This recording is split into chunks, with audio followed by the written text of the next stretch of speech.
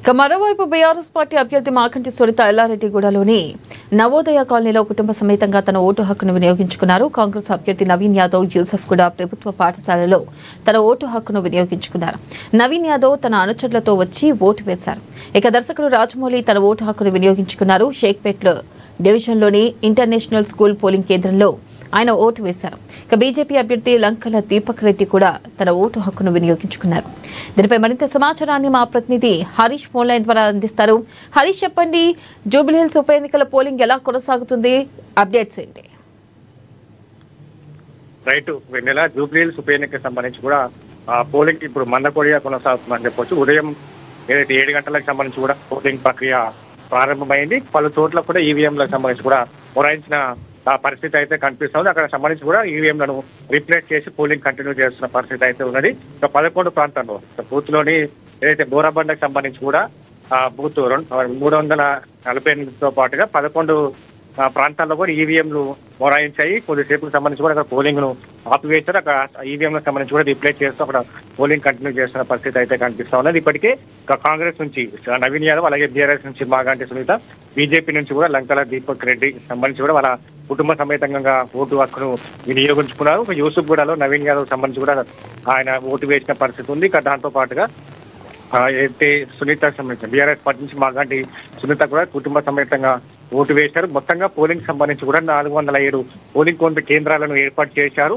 5,000 మందికి సంబంధించి కూడా సిబ్బంది ఇప్పుడు పోలింగ్ సిబ్బందిలో ఇప్పుడు సిబ్బంది కొనసాగుతున్న పరిస్థితి అయితే ఉన్నది. మొత్తంగా 1,700 మంది 1,761 మంది పోలీసులకు సంబంధించి కూడా భద్రతా నడవ పోలింగ్ కొనసాగుతా ఉన్నది.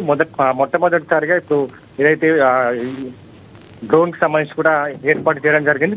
అన్ని పోలింగ్ కేంద్రాలకు సంబంధించి కూడా డ్రోన్ కెమెరా నిఘా నడుమ కూడా పోలింగ్ ప్రక్రియ కొనసాగుతుంది. సమస్యాత్మకమైన ప్రాంతాలకు సంబంధించి కూడా సీసీ కెమెరాలను ఏర్పాటు చేశారు. అక్కడ పోలీసుల బందోబస్తు కావచ్చు, డ్రోన్ కెమెరాకు సంబంధించి కావచ్చు, వీటన్నిటి కూడా ఎప్పటికప్పుడు పర్యవేక్షిస్తున్న పరిస్థితి అయితే కనిపిస్తా ఉన్నది. మొత్తంగా 800 మందికి సంబంధించి కూడా కేంద్ర బలగాలతో పాటుగా రాష్ట్ర పోలీస్ శాఖ నుంచి కూడా అయితే హరీష్, ఇప్పటి వరకు ఎంతవరకు పోలింగ్ నమోదైంది? అప్డేట్స్ ఏంటి?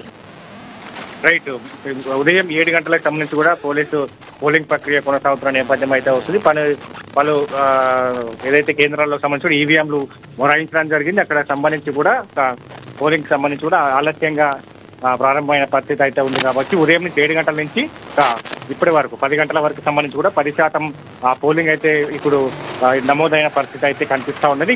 మొట్టమొదటిసారిగా ఈ పోలింగ్ జూబ్లీహిల్స్ ఉప ఎన్నిక నుంచి కూడా ఏదైతే ఓటింగ్ శాతాన్ని పెంచడానికి కూడా ఈసీ కీలకమైన నిర్ణయాన్ని తీసుకుంది. దాంట్లో భాగంగానే 5 గంటల వరకే పోలింగ్ ప్రక్రియ కొనసాగుతున్న పరిస్థితి ఉంది. ఒక గంట పెంచుతూ కూడా 6 గంటల వరకు సంబంధించి కూడా ఇప్పుడు ఏదైతే ఈ ఈసీకి సంబంధించి కీలకమైన నిర్ణయాన్ని తీసుకుంది. 6 గంటల వరకు పోలింగ్ కొనసాగుతుంది. 6 గంటల లోపు ఎవరైతే పోలింగ్ కేంద్రాల వెలుపల ఉంటారో వాళ్ళందరికీ సంబంధించి కూడా ఓటు హక్కును వినియోగించుకునేందుకు ఈసీ ఒక నిర్ణయాన్ని అయితే తీసుకా ఉన్నది. ఇప్పటికే చాలా వరకు సినీ ప్రముఖులు కావచ్చు, రాజకీయ ప్రముఖులు కావచ్చు తమ ఓటు హక్కును వినియోగించుకుంటా ఉన్నారు. ఎందుకంటే జూబ్లీహిల్స్ సంబంధించి కూడా పలు కీలకమైన ప్రముఖులు, రాజకీయ ప్రముఖులు కావచ్చు, సినీ ప్రముఖులు కావచ్చు ఓటు హక్కును కలిగి ఉంటారు. కాబట్టి వాళ్ళకి సంబంధించి కూడా ఇప్పటికే సినీ ప్రముఖులు, రాజకీయ ప్రముఖులు సంబంధించి కూడా ఓటింగ్ వేస్తున్న పరిస్థితి అయితే కనిపిస్తా ఉన్నది. కాబట్టి మొత్తంగా 6 గంటల వరకు ఈ పోలింగ్ కొనసాగనున్నది. ఇప్పటికే ఫిర్యాదులకు సంబంధించి అక్కడ పోటాపోటీ ప్రచారం నిర్వహించిన పరిస్థితి అయితే ఉంది. అయితే హరీష్, ప్రధానంగా చూసుకున్నట్టయితే ఇటు 139 ప్రాంతాల్లో కూడా 139 డ్రోన్లను ఏర్పాటు చేసినట్లుగా తెలుస్తుంది. మరి సమస్యాత్మక ప్రాంతాల్లో అంతా సజావుగానే సాగుతుందా పోలింగ్? అప్డేట్స్ ఏంటి? రైట్, మొత్తంగా 139కి సంబంధించిన ప్రాంతాల్లో 407 పోలింగ్ కేంద్రాలను ఏర్పాటు చేశారు. 5,000 మంది పోలీస్ సిబ్బందికి సంబంధించి కూడా విధుల్లో పాల్గొంటున్నారు. దాంతో పాటుగా కేంద్ర బలగాలు కావచ్చు, ఏదైతే డ్రోన్ కి సంబంధించి కూడా విధి నిర్వహణలో ఇప్పుడు ఏదైతే పోలింగ్ కొనసాగుతున్న పరిస్థితి అయితే కనిపిస్తా ఉన్నది. కాబట్టి 10% పోలింగ్ కొనసాగినది. జూబ్లీహిల్స్ కి సంబంధించి కూడా 144 సెక్షన్ అమలులో ఉన్న పరిస్థితి అయితే ఉన్నది. ఇప్పటికే పలు ఏదైతే రాజకీయ నేతలకు సంబంధించి కావచ్చు వాళ్ళంతా కూడా నియోజకవర్గాన్ని వదిలి వెళ్లాలని కూడా ఈసీ కూడా ఇప్పటికే ఆదేశించింది. దాంట్లో భాగంగా బీఆర్ఎస్ అలాగే కాంగ్రెస్ మధ్య ప్రధానమైన పోటీ ఉన్నది. కాబట్టి వాళ్ళు పోటాపోటీ ఫిర్యాదులు చేస్తా ఉన్నారు. ఈసీకి సంబంధించి కూడా బీఆర్ఎస్ నేతలు నియోజకవర్గాల్లో తిరుగుతా ఉన్నారు. ఇక కాంగ్రెస్ పార్టీకి సంబంధించి కూడా వాళ్ళు ఎమ్మెల్యేలు కావచ్చు, ప్రభుత్వ నియోజకవర్గంలో తిరుగుతున్నారు. వాళ్ళంతా కూడా వెళ్ళాలి అని కూడా ఇప్పుడు ఈసీకి ఫిర్యాదు చేస్తా ఉన్నారు బీఆర్ఎస్ వైపు, ఇక్కడ కాంగ్రెస్ వైపు నుంచి కూడా బీఆర్ఎస్. అయితే హరీష్, ప్రధానంగా చూసుకున్నట్టయితే ఇటు మాగంటి సునీత కూడా పోలింగ్ కేంద్రాల్లో పర్యవేక్షించినట్లుగా తెలుస్తుంది. మరి ఈ నేపథ్యంలో పోలీసులు అడ్డుకున్నట్లుగా తెలుస్తుంది. దాని గురించి అప్డేట్స్ ఏంటి అసలుకి? రైట్, ఇప్పటికే ఇక్కడ ఏదైతే ప్రభుత్వ వైపు బీర్లా ఎలయతో పాటుగా పలు నేతలంతా కూడా పోలింగ్ కేంద్రాల వద్ద ఓటర్లను ప్రభావితం చేస్తున్నట్టుగా కూడా ఏదైతే బీఆర్ఎస్ పార్టీకి సంబంధించి కూడా నేతలు ఈసీకి ఫిర్యాదు చేస్తా ఉన్నారు. ఇక రేవత్ నగర్ కి సంబంధించి కూడా మాగంటి సునీత గోపీనాథ్కి సంబంధించి కూడా పోలీసులు అక్కడ ఏదైతే ఓటింగ్ సరళిని పరిశీలిస్తున్న పరిస్థితి అక్కడ నుంచి కూడా పోలీసులు వాళ్ళు అడ్డుకున్న పరిస్థితి అయితే కనిపిస్తా ఉన్నది. ఇక మొత్తంగా ఏదైతే మాగంటి సునీత కుటుంబ సభ్యులను పోలీసులు అడ్డుకుంటున్నట్టుగా కూడా ఈసీ బీఆర్ఎస్. అయితే ఇక్కడ ఒక చిన్న విషయం ఏంటంటే హరీష్, ఇక్కడ ఒక చిన్న విషయం ఏంటంటే ఇటు బీఆర్ఎస్ అభ్యర్థి అయితే ఏంటి అంటూ కూడా పోలీసులు మాగంటి సునీతను ప్రశ్నించినట్టుగా తెలుస్తుంది. ఇటు మాగంటి సునీత కూడా ఘాటుగా స్పందించినట్టు తెలుస్తుంది. అయితే ఏం జరిగింది, అసలు ఎందుకు వాదనలు ప్రతివాదనలు జరిగినాయి? రైట్, ప్రధానంగా ఏదైతే పోలింగ్ సరళికి సంబంధించి కూడా మాగంటి సునీత బీఆర్ఎస్ అభ్యర్థి మాగంటి సునీత ఏదైతే పోలింగ్ సరళికి సంబంధించి పరిశీలిస్తా ఉన్నారు.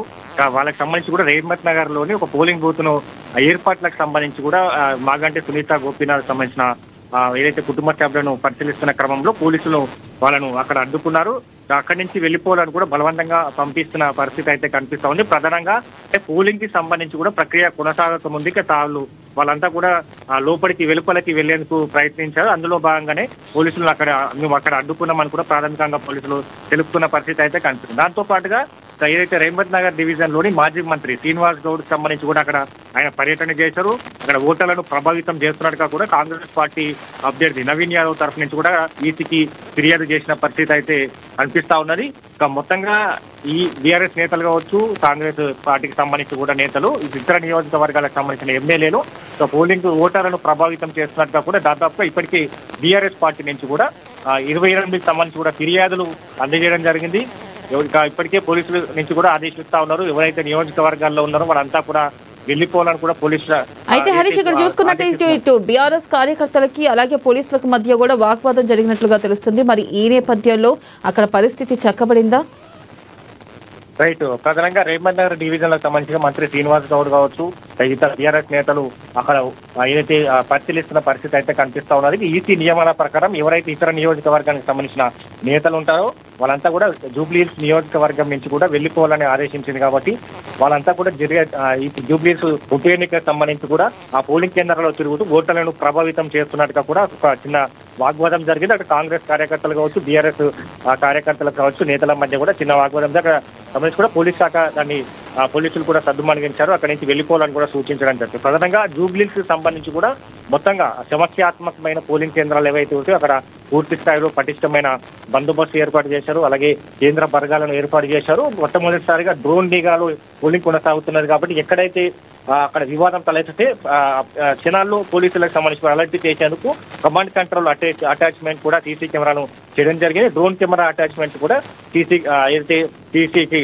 అటాచ్ చేయడం జరిగింది. దాంతో పాటుగా పోలీసుల బలగాలు కావచ్చు, కేంద్ర బలగాలు కావచ్చు, పూర్తి స్థాయిలో ఎన్నికల పోలింగ్ కేంద్రాల వద్ద కూడా పూర్తి స్థాయిలో 144 సెక్షన్ వద్ద పోలింగ్ కొనసాగుతున్న పరిస్థితి అయితే కనిపిస్తా ఉన్నది. మొత్తంగా ఈ రోజు ఉదయం 7 గంటల నుంచి 10 గంటల వరకు సంబంధించి కూడా 10% పోలింగ్ నమోదయ్యింది. ఇక 6 గంటల వరకు సమయం ఉన్నది కాబట్టి ఇప్పుడిప్పుడే అంతా కూడా చేరుకుంటా ఉన్నారు. ఇప్పటికే అంటే మందకొడి కొనసాగుతున్నది. మధ్యాహ్నం తర్వాత పోలింగ్ ఏదైతే పోలింగ్ శాతం అయితే పెరిగే అవకాశాలు అయితే కనిపిస్తుంది. ఎందుకంటే సినీ ప్రముఖులు కావచ్చు, రాజకీయ ప్రముఖులు కావచ్చు, వాళ్ళంతా కూడా ఆఫ్టర్నూన్ తర్వాత ఓటు హక్కును. అయితే హరీష్, ఇప్పటి వరకు ఇటు సినీ ప్రముఖులే కానీ రాజకీయ ప్రముఖులే కానీ ఎవరెవరు తమ ఓటు హక్కును వినియోగించుకున్నారో అప్డేట్స్ ఏంటి?